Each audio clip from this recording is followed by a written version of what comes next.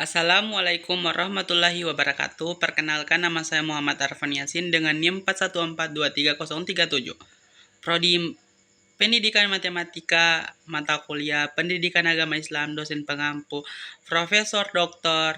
Nofrianti Jafri, SPDI, MPDI. Di sini saya akan menjelaskan materi tentang korelasi institusi masjid dan pembangunan peradaban.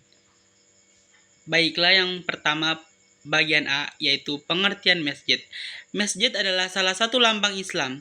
Ia adalah barometer atau ukuran dari suasana dan keadaan masyarakat Muslim yang ada di sekitarnya. Maka, pembangunan masjid bermakna pembangunan Islam dalam suatu masyarakat. Keruntuhan masjid bermakna keruntuhan Islam dalam masyarakat. Secara etimologi, masjid adalah tempat untuk sujud.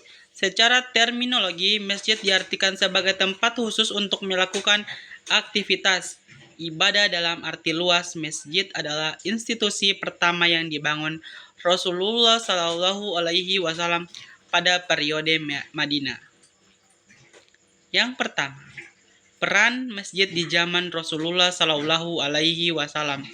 Masjid juga berfungsi sebagai tempat pendidikan, tempat pemberian santunan sosial, tempat latihan militer dan persiapan perang, tempat pengobatan para korban perang, tempat mendamaikan dan menyelesaikan sengketa, tempat menerima utusan, delegasi atau tamu, sebagai pusat penerangan dan pembelaan agama.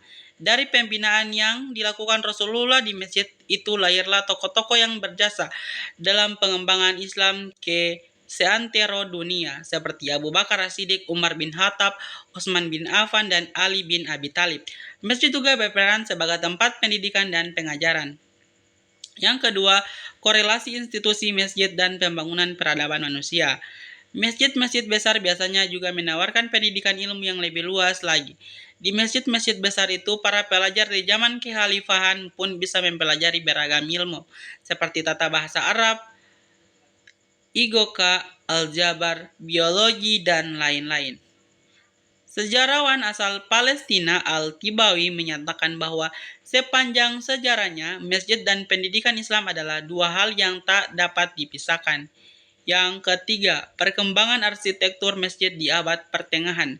Setelah menduduki Timur Dekat atau Asia Barat dan Mesopotamia dan Afrika Utara, bangsa Arab berhasil menguasai bangunan atau puing-puing bangunan yang mewakili perkembangan arsitektur yang tinggi dan yang lebih penting lagi menandai penguasaan terhadap pengetahuan dan keterampilan teknis masa itu yang dimiliki oleh bangsa taklukan sejak berabad-abad silam.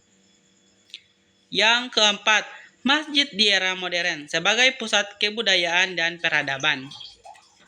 Pada masa Bani Umayyah dan Abbasiyah terjadi penurunan fungsi dan peran masjid. Masjid sudah tidak lagi dijadikan sebagai sentral kegiatan umat Islam. Hal ini disebabkan telah dibangunnya istana yang menjadi pusat pemerintahan, sehingga masjid hanya dijadikan sebagai tempat keagamaan saja.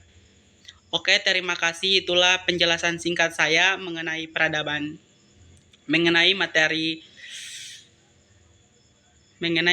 tersebut. Jika ada kesalahan mohon dimaafkan.